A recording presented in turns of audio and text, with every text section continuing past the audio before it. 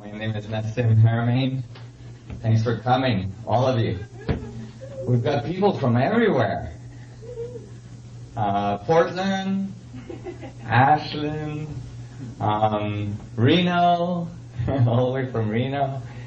It's great. Thank you all for being here. So, today we had a big day. A lot of information is gonna flow through this room today, and we're gonna go through all the physics from universal size object right down to subatomic particle, going through consciousness, ancient civilization, chemistry, biology, and so on. So we've got a big agenda. It's going to be fun. And it's going to take a little time. So be comfortable. Make sure you are comfortable. Make sure you have enough water to lubricate your brain. Lubrication. And make sure that if you have to that you eat enough and all this, so your blood sugar doesn't drop too far. Sometimes I see people, I see smoke starting to come out of the ears.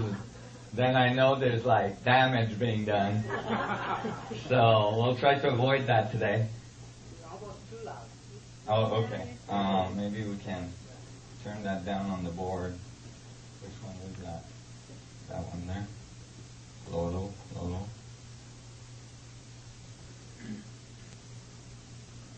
Okay.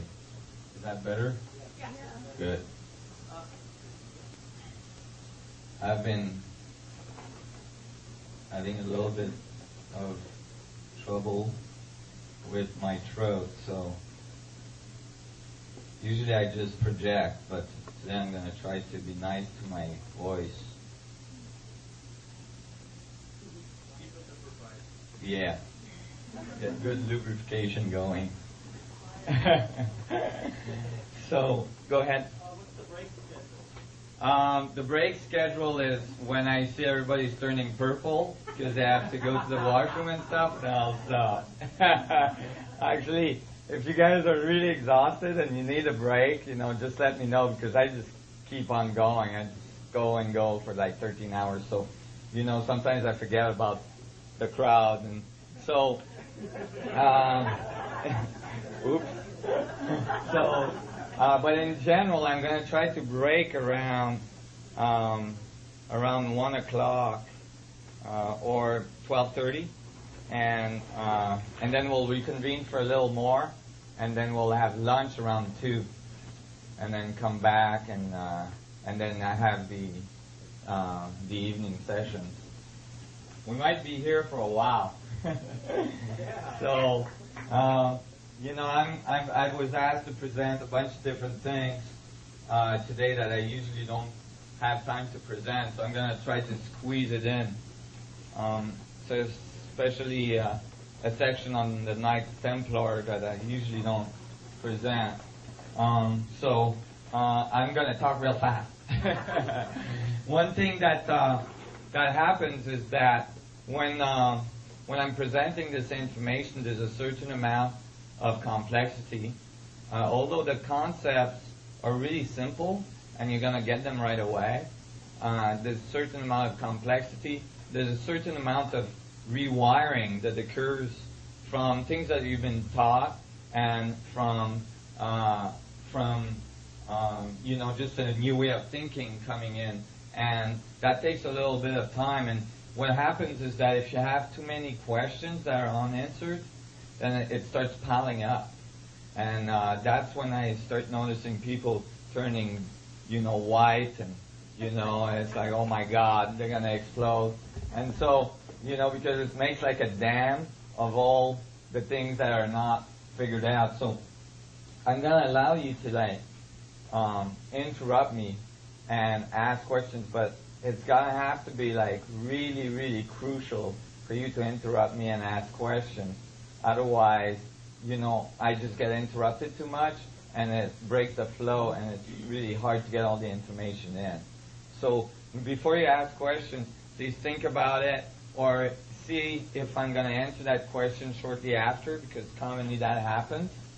But if it's really piling up and you just cannot go forward in the thinking without getting those questions answered, please just interrupt me. You can start screaming, jump up and down or something. I'll get the signal.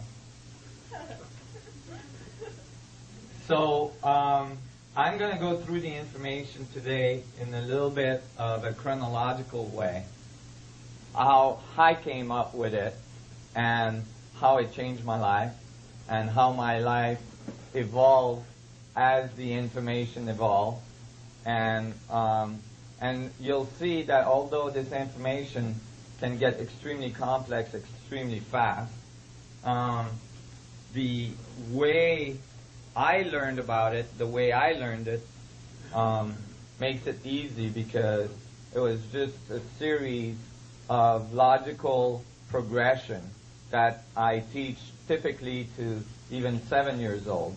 And actually, some of the 7 or older kids commonly after the talks come up to me and say, "Are you sure the other physicists don't think this way?" And I'm like, I really checked it out. I spent 20 years checking it out. They really don't think this way. And it boggles their mind because it's kind of obvious and it's kind of instinctive. It's not kind of instinctive, it's instinctive. And it's a funny thing that like commonly now, they think of these thoughts as counter-instinctive. But I think they're quite instinctive. And they got counter-instinctive as a result of confusion. In the early ages, when we learned some of the foundations of our reality at school. So that's really what happened. At the age of 7, I had a bunch of esoteric experiences. And we're not going to get into that, but I had an intuition, and I definitely had experiences that told me that there was something else than the reality we observe. That like the reality we observe is just like a little bitty part of what's going on.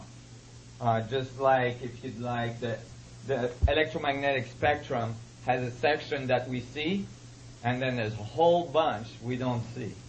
And the part that we don't see has huge impact on the physics of the part that we see.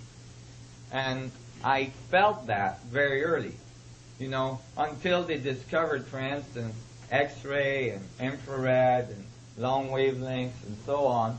They thought that all there was the visible spectrum. And, it became clear later on that there wasn't, that there was much more. And I think that it's becoming clear now in current physics that there is a whole bunch of stuff going on that we're not aware of that is actually generating the part that we are aware of. So when I was 7, I noticed this. I had experience that made me notice this. So when I got to the age of 10 and I got into my first geometry class, and the teacher went to the blackboard and said, "Today we're going to learn about dimensions," I thought, that's it. Oh my God, finally somebody's going to explain to me what's this other world about. These other dimensions that I felt were present. And I got really excited. I was like, oh my God, finally an adult that's going to talk about something real, and something that makes sense to me. So the teacher started the lesson and I got really, really disappointed. He didn't tell me anything about the dimensions that I was experiencing